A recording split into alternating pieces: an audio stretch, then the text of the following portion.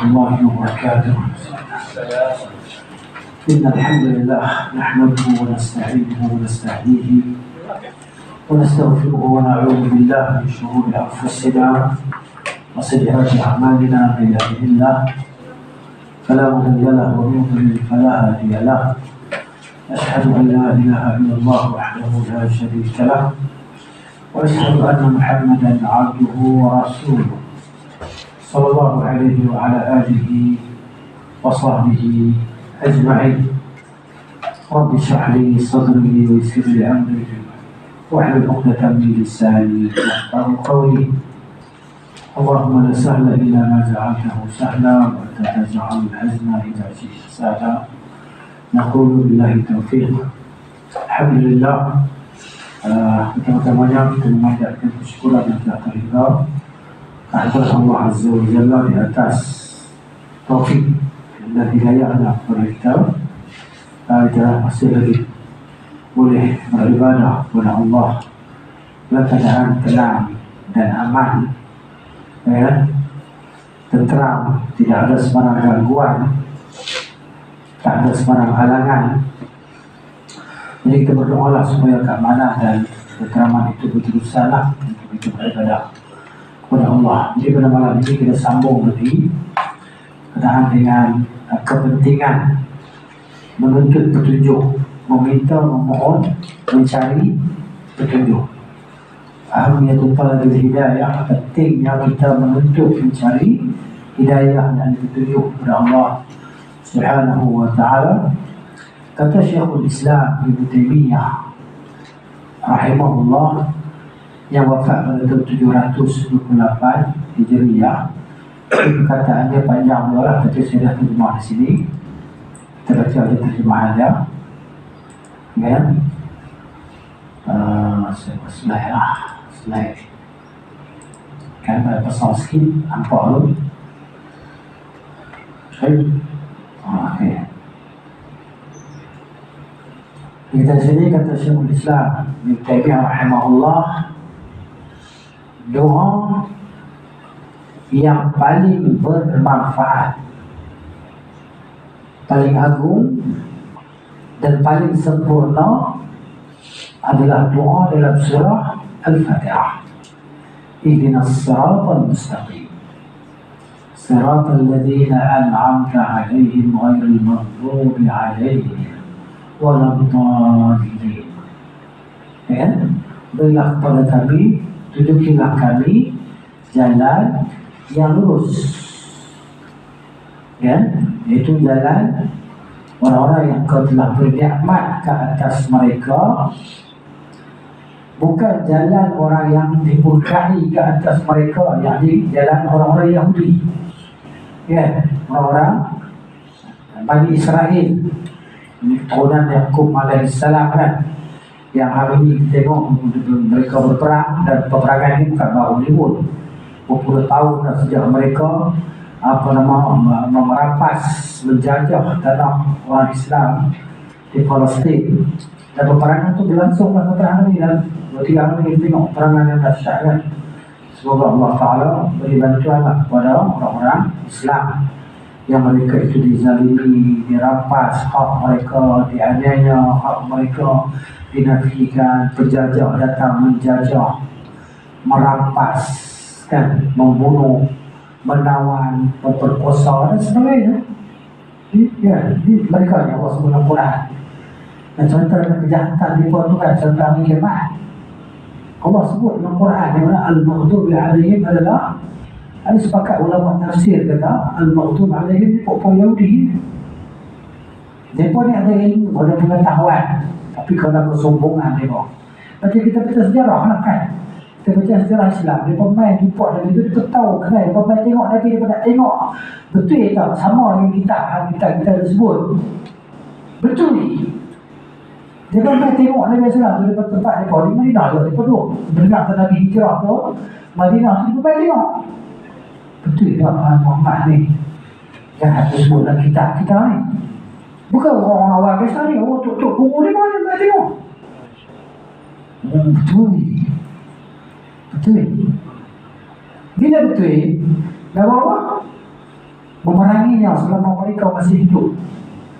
Baca kisah Huyai bin Akhtab, bapa kepada Safiyah radhiyallahu anha. Ya, dia pergi dengan saudara dia, saya cerita apa kali dia pergi dengan saudara dia, yang tengok tu ada ni, jadi sebut dalam kitab kita ni, utusan Allah yang Allah sebut dalam Taurat tu. Saudara dia kata dia, betul dia lah. Saudara dia tanya lah, huwa. Ya, adakah dia? Oh, na'am, huwa. Dia kata, ya, itulah dia. Kan? Dia kata, ilan. Sama naf'al. Kalau begitu kita nak buat apa? Muharadatuhu ma baqitu. Memeranginya selama aku masih hidup. Sampai dia mati. Huyai bin Akhtab tadi kan. Kita tanya dia seorang. Kan, nak tengok pancung kepala ni. Perang Khandaq tu kan, kita kena hukum pancung. Jadi kamu nak ada apa nak minta apa lah. Tahu mati ke apa? Dia kata apa? Ma'al ahibbah. Maknanya mati bersama dengan geng al-Huwa, para kekasih, para kawan-kawan apa. Sanggup masuk neraka jahanam kekal abadi. Ini al-maghdub alaihim. Jadi kita minta kepada Allah Ta'ala 14 kali, 17 kali sehari malam ni. Kita baca hari ni. Ghairil maghdub alaihim. Minta jalan yang bukan jalan orang yang kau berkai. Ya, itu jalan orang Yahudi ni lah. Maknanya mereka ni akan ada permusuhan dengan orang Islam tadi ila yaumil qiyamah, sampai hari kiamat. Sampai turun Nabi Isa alaihi salam nanti, barulah mereka ni akan disembelih total. Habis, tak ada lagi dah Yahudi. Bila Nabi Isa turun, Islam atau mati. Tak ada cukai-cukai dah, tak ada. Itu dia, peperangan. Dan hakikatnya peperangan antara Islam dan orang Yahudi ini akan berterusan sampai turun Nabi Isa, sampai keluar Dajjal dulu lah. Sampai Al-Mahdi keluar Dajjal, sampai turun Nabi Isa alaihi salam. Peperangan itu akan berlangsung, tak akan putus. Tak akan jadi senyap. Dia akan berlaku. Yang Allah sebut dalam Quran, sebab kita baca Quran tu nak cerita tentang orang Yahudi ni hang buat baik macam mana pun, mereka diibaratkan kita ni macam berkawan dengan ulang tedung kepala dua. Yahudi ni pegang ekor kepala patu, pegang kepala ekor patu, pegang tengah dua-dua patu. Yahudi. Ustaz, siapa kau Yahudi tak nak menerima Nabi? Adakah sebab Nabi berasal daripada Arab? Dah, memang panggil dia macam tu. Nabi dia pun berapa ratus orang dia pun. Beratus. Nabi Bani Israel yang Allah Ta'ala utuskan di kalangan mereka sendiri. Dua bunuh. Ada yang diperjam dalam pergi buta orang. Maknanya bukan kira siapa lah. Itu alasan dia buat. Ya, kalau di bahasa Arab kami tak faham bahasa yang saya pada kalangan Nabi. Kalau Rasul itu datang pada kalangan dia buat ya, dia tetap akan memerangi dan menentangnya dan berlawannya dan membunuhnya. Itu Allah sebut daripada Al-Maghdub alaihim waladhdallin, dan golongan yang sesat jadi hamba Yahudi. Itu pokok Nasrani lah. Pokok dia sesat ikut dia dalam kesesatan. Ini dia. Jadi doa yang paling bermanfaat, paling agung dan paling sempurna adalah doa dalam surah Al-Fatihah. Ihdinas siratal mustaqim, siratal ladzina an'amta 'alaihim, ghairil maghdubi 'alaihim waladdallin. Kemudian kata Syekh lagi, ini kerana apabila seseorang diberi petunjuk di jalan ini, kan, jalan yang lurus ini, agama ini, ia akan dibantu. Siapa yang bantu? Allah. Ia akan dibantu untuk taat kepada Allah. Kalau diberi petunjuk. Tapi kalau minta, Tuhan bagi ya, minta betul ya. Tuhan bagi. Kalau dapat petunjuk ni, maknanya Allah akan bantu dia untuk taat kepada Allah dan meninggalkan maksiat. Allah akan memudahkannya. Dan ia tidak akan mengalami keburukan baik di dunia atau di akhirat. Tapi kita kata musibah tu biasalah. Musibah tu kenapa? Kerana Allah nak angkat darjat dia, Allah nak hapus dosa dia, kan? Allah nak beri pahala dia lebih banyak. Sebab lagi berat ujian, maka lebih besar pahala dia. Sebab tu para Nabi alaihissalatu wassalam, daripada manusia yang paling berat ujian dia mah. Nabi Ayub alaihissalam tu beratlah ujian dia tu 14 tahun. Kan? 15 tahun. 14 tahun. 14-13 tahun lah yang kena penyakit tu kan. Tapi di antara semua Nabi ini yang paling berat tadi adalah Nabi Muhammad SAW lah yang paling berat ujiannya. Dan sana Allah Ta'ala kata Rasul Ulul Azmi 5 orang. Nuh alaihissalam, Ibrahim, Musa, Isa, Muhammad, ya, alaihissalatu wassalam, wa ala nabiyina salawatullahi wassalam. Rasul Ulul Azm yang paling kuat keazaman mereka, kan? Azam mereka nak bagi petunjuk kepada kaum mereka ni kan, sampai mereka ni hampir dibunuh. Nabi Musa nak kena bunuh, kan? Ajak orang kepada tauhid. Nabi Nuh, semua Nabi diancam macam tu. Tapi yang paling berat 5 ayat, paling tinggi ujian mereka. Dan paling tinggi di antara 5 tadi adalah yang terakhir lah, itu Nabi kita, kan?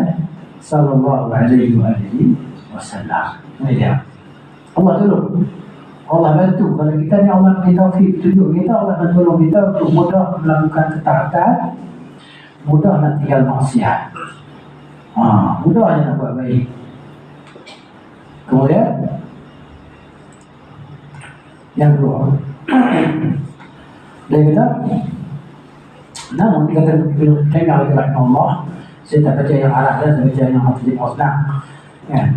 Dia kata di Arab terjemah di banyak masalah sikit lah. Tapi ini yang sempat saya buat tadi.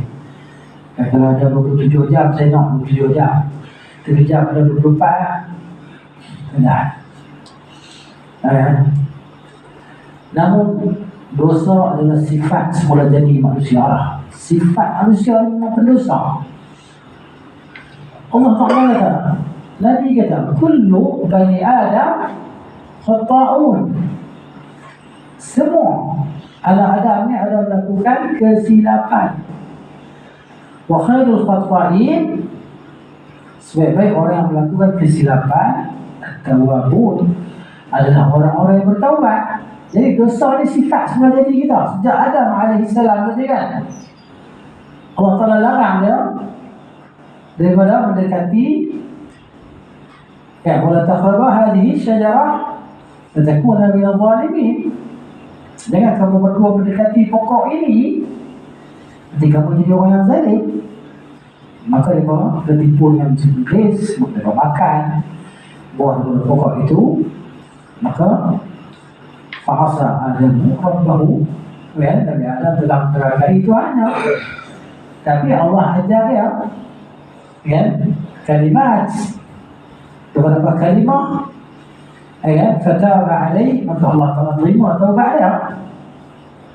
Tidak Allah terima taubat. Jadi maknanya manusia ini berdosa dan Allah Ta'ala sediakan pintu untuk bertaubat. Dan Allah Ta'ala sentiasa membuka pintu taubat, ya, terbuka pintu taubat itu selama mana ruh tidak sampai dia hulqum ataupun halqum. Kita punya halqum, Arab mungkin hulqum, tak kisahlah. Wa idza balaghatil hulqum, kan? Jadi bila ruh sampai di situ taubat darahlah. Halqum bila kan ruh sampai nak keluar ni. Satu lagi ketika matahari terbit dari sebelah barat, Itu maknanya la yanfa'u la yanfa'u nafsan imanuha allati lam takun amanat min qablu. Masa itu tidak bermanfaat lagi iman seseorang yang tidak beriman sebelum. Jika dia nampak matahari terbit sebelah barat, baru nak beriman adalah tak diterima iman dia. Taubat tak diterima. Jadi manusia memerlukan petunjuk setiap saat. Kita ni setiap saat perlukan petunjuk daripada Allah Subhanahu wa taala. Sebab tu kita solat dia tu. Kan? Senggang waktu antara zuhur dengan asar, asar dengan maghrib, maghrib dengan isya, isya dengan subuh. Nabi kata, as-salatu ila as-salati kafaratun lima bainahuma. Daripada solat ini ke solat ini ada penyucian di antara keduanya. Kita solat maghrib, kemudian kita berdosa. Lepas kita solat isya, cuci dosa antara maghrib dan isya. Lepas tu antara isya dan subuh kita berdosa. Sampai subuh kita solat, cuci dosa di antara maghrib dan isya. Al-jumu'atu ila al-jumu'ati kafaratun lima bainahuma. Jumaat ini sampai Jumaat yang akan datang, dia menyuci dosa di antara keduanya. Jadi gitu. Maknanya kita memerlukan petunjuk setiap saat, dan dia jadi maknanya dia ni lah. Lebih dia ni manusia lah. Lebih memerlukan petunjuk daripada makan dan minum. Kenapa? Sebenarnya kata Imam Ahmad rahimahullah, kita makan minum ni sekali atau dua kali ya sehari. Sekali pun juga orang. Kadang-kadang kita sekali ya makan, kadang tak makan pun, malah baru makan. Sibuk sampai lupa nak makan ada. Ada orang sibuk lupa nak makan, tak ada makan. Sibuk orang ni. Tak ada juga orang sibuk makan. Sibuk makan saja tu kan. Sibuk lupa makan pun ada, tapi jangan. Okey. Jadi belajarnya kita kepada petunjuk ni setiap saat. Makan ni bukan setiap saat, minum pun bukan setiap saat. Petunjuk setiap saat kita belajar kepada. Dia kata Mu'taimiyah rahimahullahu ta'ala. Ini tak sama dengan pendapat beberapa ahli tafsir yang mengatakan bahawa seseorang telah diberi petunjuk. Bila seseorang telah diberi petunjuk, jadi mengapa nak minta petunjuk lagi? Kena petunjuk lah. Kan? Jadi minta apa yang dimaksudkan dengan meminta petunjuk adalah untuk kestabilan dalam hidayah tadi, supaya tak goyah. Atau kita minta lebih banyak petunjuk untuk melakukan amalan soleh yang banyak ni. Amalan soleh ni bukan sikit. Dia beri petunjuk kepada kita untuk solat sunat, tapi hak lain belum tentu lagi. Berbaik dengan rekan-rekan kita, kawan-kawan kita, ahli duduk jemaah masjid kita. Sebenarnya 5 waktu, tapi buka masa dengan kawan dia. Tak ada pasal kawan dia tegur dia. Jangan beri kuat sangat. Lagu orang masbuk. Buka masa. Tengok kawan nak tegur, dia pun tak mau tengok lah. Tengok kawan tu lalu pun kau balik pun lain. Tapi semayang, mari 5 waktu. Semayang 5 waktu di masjid, tapi hubungan silaturahim rendah. Nampak? Jadi petunjuk ni banyak. Petunjuk pada hari, tapi hari. Sebab tu kita sentiasa minta apa? Petunjuk. Ini yang siratal mustaqim dalam segala kerja buat kita. Setiap amalan kita, setiap pekerjaan kita minta petunjuk kepada Allah Ta'ala dengan ihdinas siratal mustaqim. Baik. Kemudian kita kata Mu'taimiyah lagi rahimahullah. Sebaliknya, hamba kita memerlukan supaya Tuhan yang mengajarinya tentang butiran ni hal ehwal keadaan dia, tentang keadaan diri dia. Dia memerlukan panduan mengenai butiran-butiran dalam kehidupan sehari-harinya. Maksud hal ihwal dirinya tu. Dia perlukan panduan A to Z, hari-hari. Apa kita buat daripada pagi tadi sampai malam kita tidur tadi kan. Kita perlukan panduan. Dan kadang-kadang kita tahu panduan tu, tapi kita tak ikut. Kenapa? Tak ada taufik daripada Allah. Hidayah al-bayan, hidayah petunjuk ada, hidayah taufik tak ada. Contohnya kita naik kereta, mana yang pakai telepegang kan? Tak tahu ya apa, telepegang tak pakai. Ke undang-undang dah pakai telepegang. Kita ada panduan tak? Ada panduan. Panduan ni kita tahu panduan dia bila naik kereta kita kena pakai telepegang kita tahu panduannya. Tapi adakah kita ikut panduan itu? Contoh. Ini contoh maksud dia. Kita mengetahui benda ni dosa, benda ni pahala. Kita tahu tak tahu? Tahu. Mengumpat orang dosa tahu. Tapi tu syok. Tewas. Sebab apa? Sebab tak ada taufik. Ni. Jadi maknanya hamba ni dia memerlukan panduan dan dorongan. Sebab ni bila diterima ni serta dorongan. Panduan saja tak cukup. Panduan dia panggil petunjuk, penjelasan, petunjuk al-bayan. Maksudnya dengan panduan tu nak panah sendiri dia tulis gambar apa nama tanas. Toilet. Itu petunjuk panduan. Adakah kita tak ikut? Ada.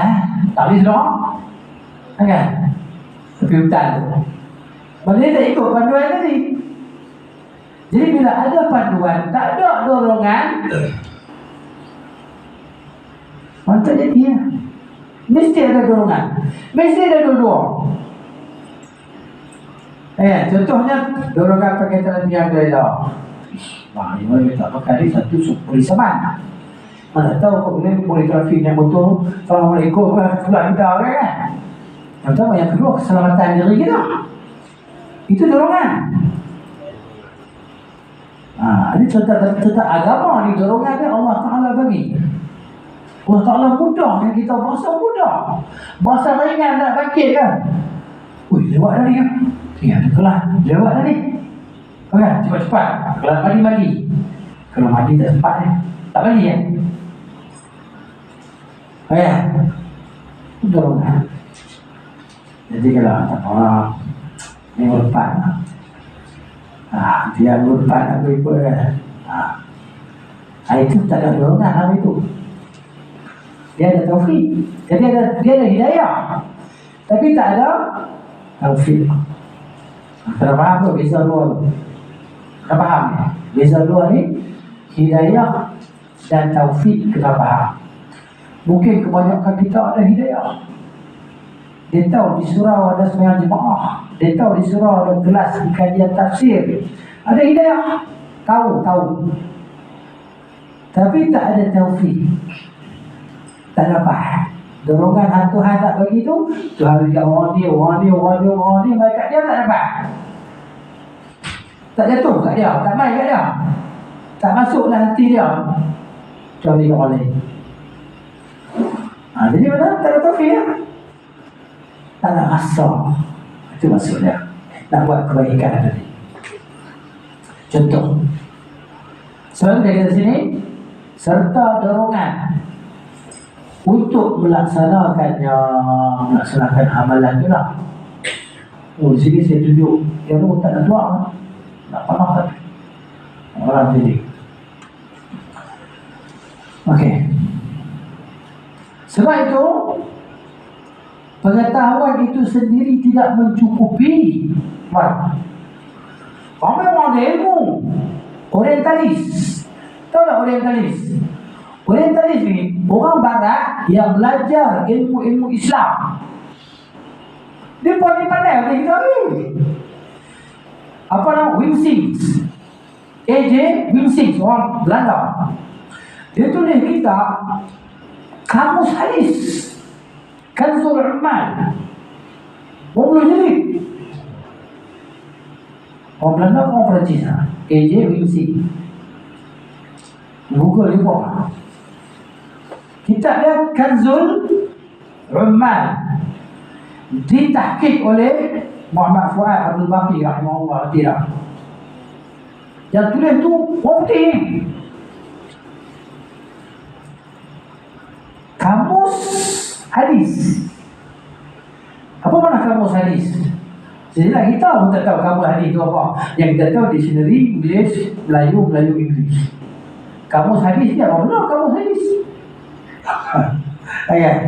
Jadi kamus hadis ni, kita nak tahu hadis yang Ustaz sebut ni duduk dalam kitab mana,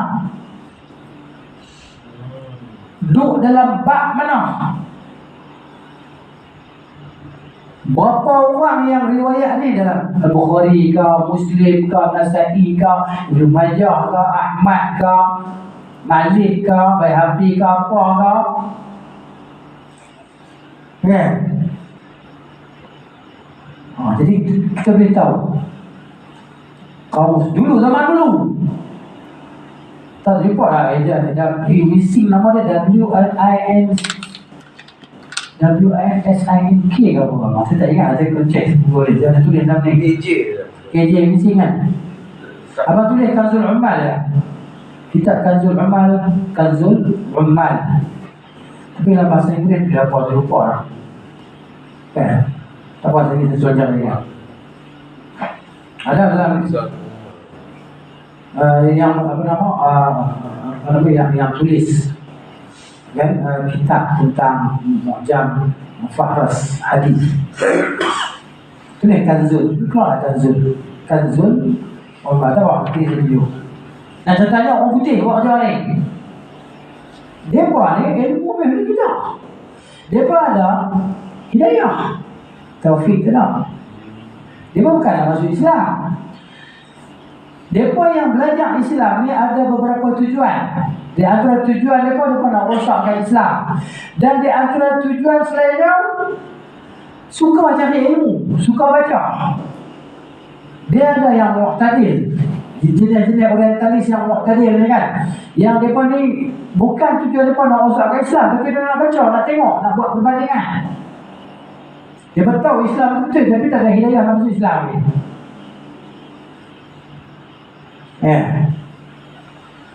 Itu.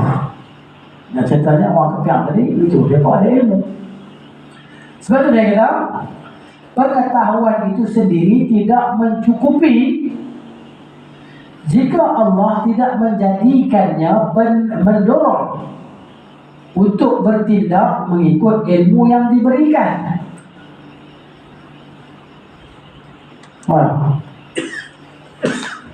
Apa dia cari ya?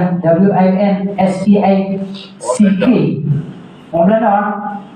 Apa jumpa lah? Apa yang jumpa lah? Orang Belanda. Oh, ni pun baca kuat. Quran pun je. Dia betul nak cari tahu mana. Tapi dia tak beriman lah. Kanzul Ummal. Ada apa jadi bang tengok Kanzul Ummal tu ni? 40 jilid, bukan jilid, 10 jilid. Berapa banyak masa dia ambil. Tapi syok, dia pun tenggelam, dia pun minat. Dia suka baca, suka cari, suka selidik. Boleh?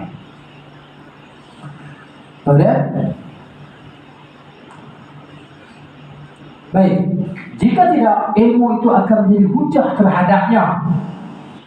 Macam orang kepiang tadi lah. Ilmu tu akan jadi hujah kepada dia. Dia tahu Islam, dia baca Islam, dia tahu. Macam Al-Walid bin Al-Mughirah. Allah sebut dalam Quran kan, innahu fakkara wa qaddar, faqutila kaifa qaddar. Jadi mana Allah sebut dalam surah apa? Tentang Al-Walid bin Al-Mughirah. Allah kata, "Dzarni wa man khalaqtu wahida wa ja'altu lahu malan mamduda wa banina shuhuda wa ma'adtu lahu tamhida thumma kana li ayatina 'anida sa'urhiquhu as-sa'uda." Ya, maksud Baik. Jadi jika tidak, ilmu itu akan menjadi hujah terhadapnya dan dia tidak akan menjadi seorang yang mendapat petunjuk. Dia tahu tapi tak dapat taufik.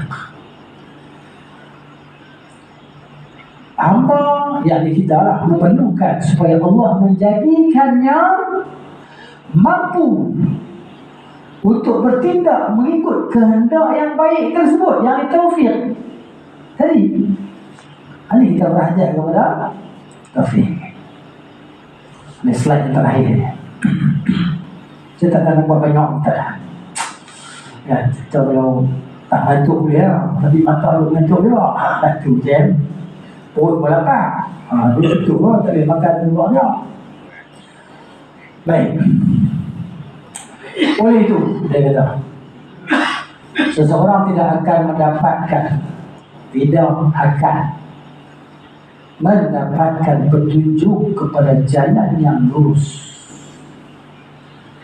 yaitu jalan orang-orang yang telah diberi nikmat oleh Allah, seperti para nabi, orang-orang yang benar, yang as-siddiqun, syuhada, orang-orang yang mati syahid, ya, dan orang-orang yang saleh.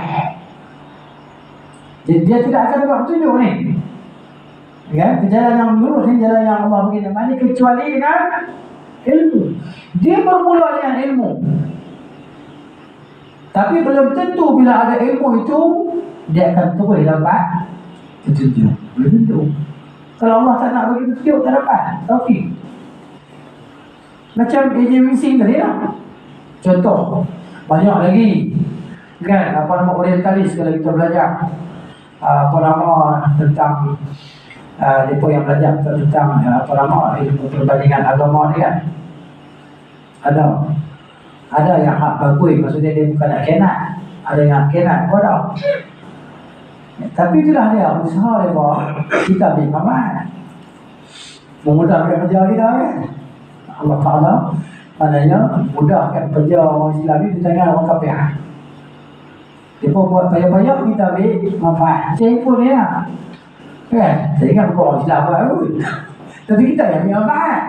Cari hadis, cari Quran, kan, hubung silaturahim. Kita boleh dapat pahala. Dia kalau dia Muslim, banyak mana pahala dapat. Pahala ni banyak pahala dia dapat kalau di Islam. Ya Allah, mati pahala duduk jalan bila kubur. Boleh kata setiap manusia ni guna datang ni, kalau datang benda ni. Wah, orang kita datang. Orang kita ni apa? Dia datang semua. Jadi, please, dia tu lampu. Berapa kali dia try and error nak dapat ni, nak boleh jadi jalan. Dia berjalan dari syok, tak kira lah. Kita guna sampai hari ni lampu Kalimantan ni. Siapa dia? Orang kafir. Usaha dia, kita ambil manfaat baca Quran, kita ambil manfaat baca kitab, tapi dia tak ada apa, kafir, pahala tak ada.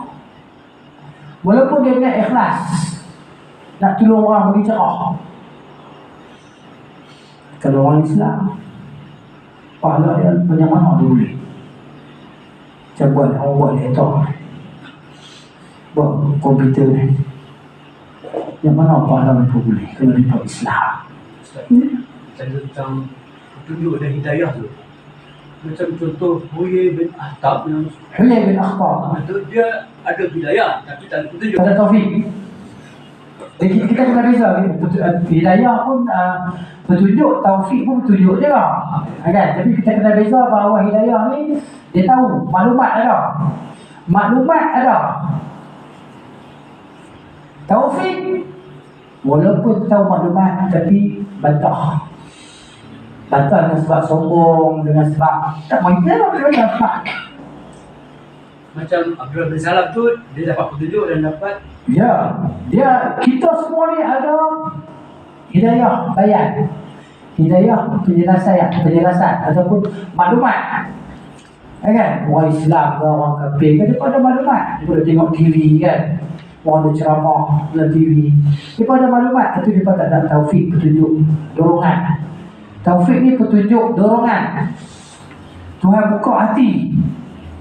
Tuhan buka hati nak bagi buat benda tu. Tak ada sebahagiannya. Kebanyakan yang tak ada, sebahagiannya ada.